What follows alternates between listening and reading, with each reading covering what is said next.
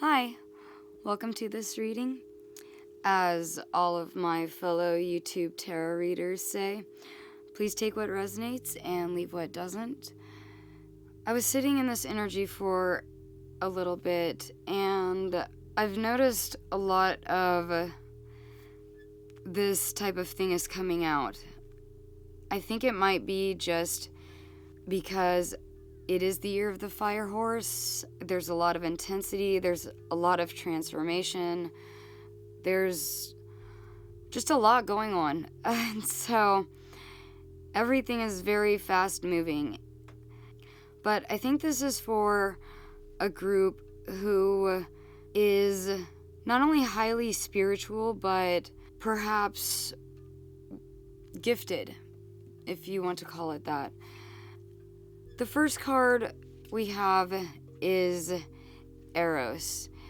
This is someone with something that they potentially are holding back from saying. I'm feeling this very much in my throat, that they're trying to keep their transformation to themselves, and that's always a good practice. You don't always find support when you think you're going to find it, or where you think you're going to find it, with whom you think you're going to find it.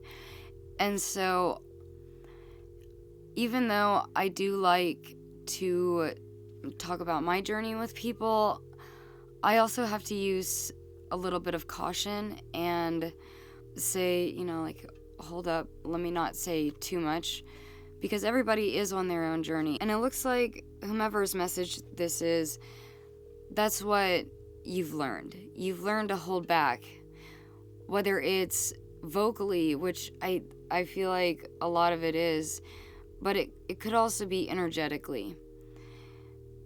Because I do feel like this group in particular is a very mystical one. And I'll get to that in just a moment. But notice how this diamond is colorless. Our next card, through all of the brush and bushes and vines and everything snaking around it, we have another gem, a very, very colorful one. This card is literally called the gem. So it seems like you're trying to protect something that you know is very important. It's almost hitting me a little bit like your self-sovereignty. Not just your mystical traits, but how you use them, how you embody them, take them on, integrate them into yourself, and how you show up to the world. This is really talking to me about that integration of self. We have all of the colors that are present here. And I'm focusing a lot on the back as well, which is another cut gem. It seems like you're figuring a way to access these various different points. If you notice, some of the colors are very blotchy and blurry, but some of the points are very much one color. You're learning how to harness these gifts, how to hone in, how to, I don't want to say to perfect or master them, but you're figuring out how to activate certain parts of yourself, or certain abilities, or certain traits that you weren't able to access at like the drop of a hat before. This has been a long journey though. We have all of the brush around it. You could even think of it as a nest that was kind of gestating this little guy the entire time. And these brambles were keeping the gem from being accessed and potentially harnessed incorrectly before it was time, before your time. Speaking of the nesting, we have these two owls right here, also speaking to me about the dualities between light and dark, feminine, masculine, however you want to phrase it, but that innate dual nature within us all, and being able to know that it's there and to use each accordingly, dependent upon the situation. There's been some sort of an awakening, we have the crescent moon there, some sort of an intuitive awakening into all of these different either aspects of self or intuitive gifts or all these different traits, whatever the case may be for you. We see down in the darkness this kind of spark that is really feeling like that spark of self. It's something that ignites our passions. It ignites us as a person. For whomever I'm speaking for, maybe you term it destiny or your purpose in life, but it's something that's worth cradling. I'm noticing these hands down here and the little medallion under there. The cradling of the spark, it's almost like you know that this is something that has great potential to grow and to really fill you with happiness and that kind of contentment that maybe life hasn't quite offered you before. And it's something worth fighting for. In the mountain range, we have a little reprieve, like a little hole in there where you can see the silhouette of someone standing in it. I don't know if the camera is going to pick it up or not. But you can see this person's silhouette in kind of like a yellow energy color, which is bringing me back to that whole spark of life thing, the thing that makes you want to wake up every day and roll out of bed and just do it. But also going back to the Arrows card with this kind of snake skin is what I'm seeing it as right now.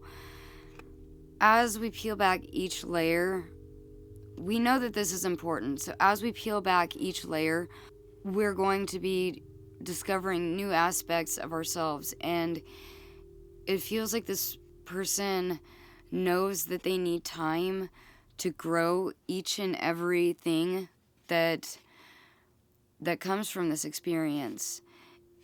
That's what's going to keep this spark alive. Lunar cycles might be pretty important for someone at this time.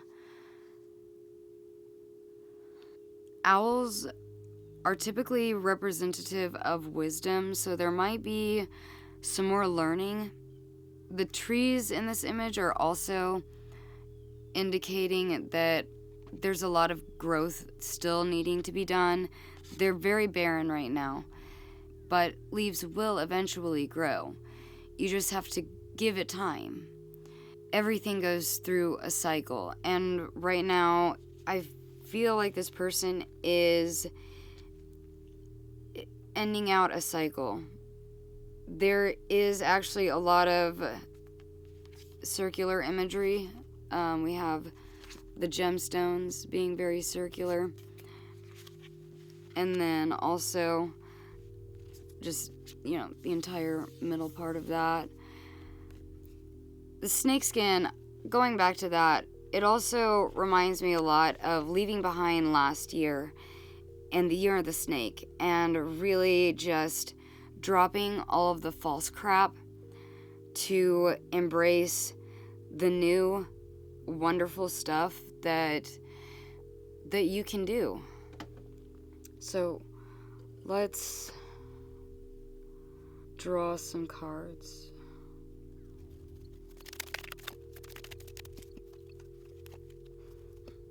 it seems like in the past you were pretty unhappy with the way things were going, potentially because of the tradition behind it. Maybe, and this is just an example, maybe you were really sick and tired of your 9 to 5 and you really wanted a job where that was not going to be your schedule. You could maybe make your own schedule, maybe have your own business, have a YouTube channel. But the 3 of Wands is this guy who has made it to a new land, and he is looking out, wondering, where do I go next? What I found, it's great, but I think there might be some more out there. And he's really contemplating where to take himself. The Emperor coming out alongside is leading me to believe that this type of I need to leave, or I need to look ahead, or to see what other direction I can take, was brought about by some sort of a traditional type of thing that just wasn't serving you, whether it was with career or maybe family, maybe finances, maybe, pick your battle.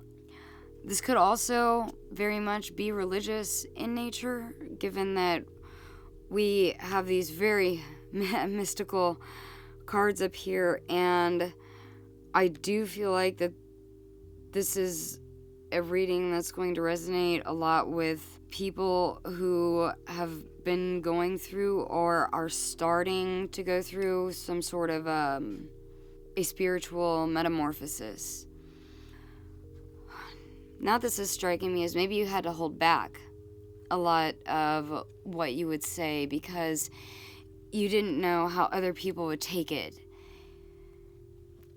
But now you're finding that there is more to life than what you previously thought, especially now with the Vision card coming up. You're finding that there are some very mystical places. There are some very strange places out there.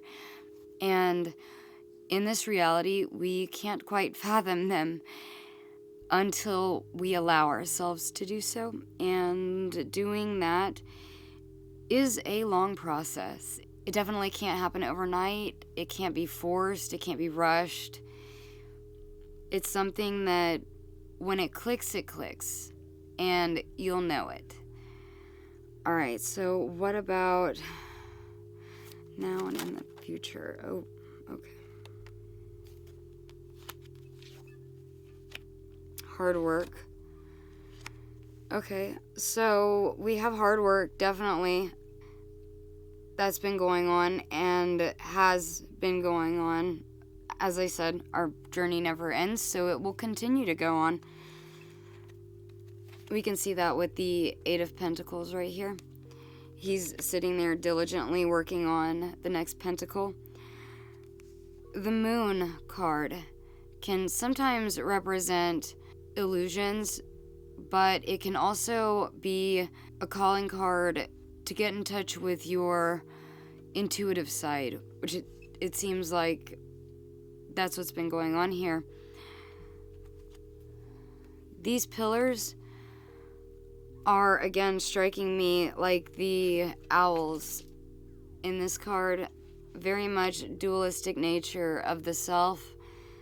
Light, dark, feminine, masculine. Put your labels on it however you want.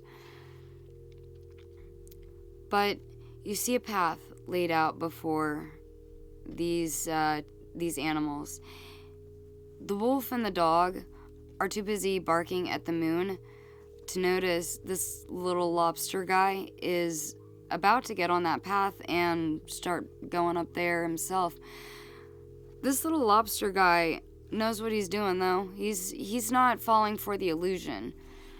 He's coming up from those very intuitive, very spiritual places. The water is representative of that. And he is taking that path, regardless of what illusions might lie ahead. He's charging forward anyway. I don't know why I called it a he. I'm going to call him Timothy. That way it can give me a reason. So, Timothy the lobster. Be Timothy the lobster. Don't be the wolf and the dog getting caught up in all the illusions of things. You want to embody that lobster energy. So what's your job?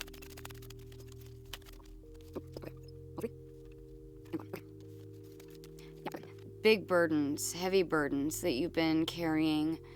It might be a lot of stuff that you've had to clear out already, and you're realizing, oh my God, I have more that I still need to go through. Once again, the journey never ends. We will continue to add to that burden as we go on, but we can eliminate one problem at a time. Problems will always crop up in life, and they'll always be adding to this load that this guy is carrying. But if we can lessen the burden, we can lessen the load, it'll be a lot lighter for you in the future. So whilst the journey never ends, there are stopping points along the way. With these burdens has probably come a lot of heartache, hardship, potentially the feelings of betrayal, self-sabotage mode, where you're actually the one stabbing yourself through the heart with all that negative talk that we as humans do. We're programmed to do it. It's really hard to unprogram ourselves from these things, but to be able to grow and to master the self, these are things that we do need to overcome. These are obstacles that we do need to learn from and defeat. There may have been even a lifetime of disappointments. A lot of the time when I find other people who are very spiritual, it's because they've had a very hard life. Things haven't been easy for them. Life doesn't seem to want to throw them a bone. And in your future, the universe does really want to throw you that bone. Hopefully not literally, but metaphorically, the universe is impartial. The universe is essentially just waiting for the rest of us to catch up. With the Sun card, I'm getting a lot of positivity for the future, especially with our ending card being the Ten of Pentacles. I feel like whatever burdens you might still have in your life, there is a point where the sun is shining. It is a bright new day. It's a day for growth, for healing, for more healing, for manifesting, for love, for compassion, for gratefulness. The white horse often symbolizes purity. So even going in and purifying your own heart, and as I say that, I'm now brought to the colorlessness of the gem inside of the Eros card, and even the back potentially being many different perspectives through which you can see the world.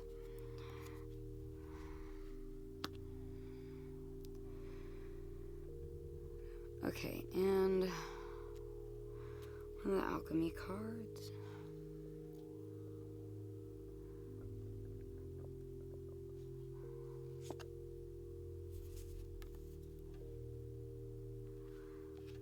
So we have Chiron coming out. I'll hold this up in just a second. I like to read from the book, like a lot of the other readers on here. This book is absolutely amazing. She has so many incredible things to say. And the artwork is just absolutely beautiful. Here's the card. We have a lot of that red root energy that surrounds this little chunk of gold right there.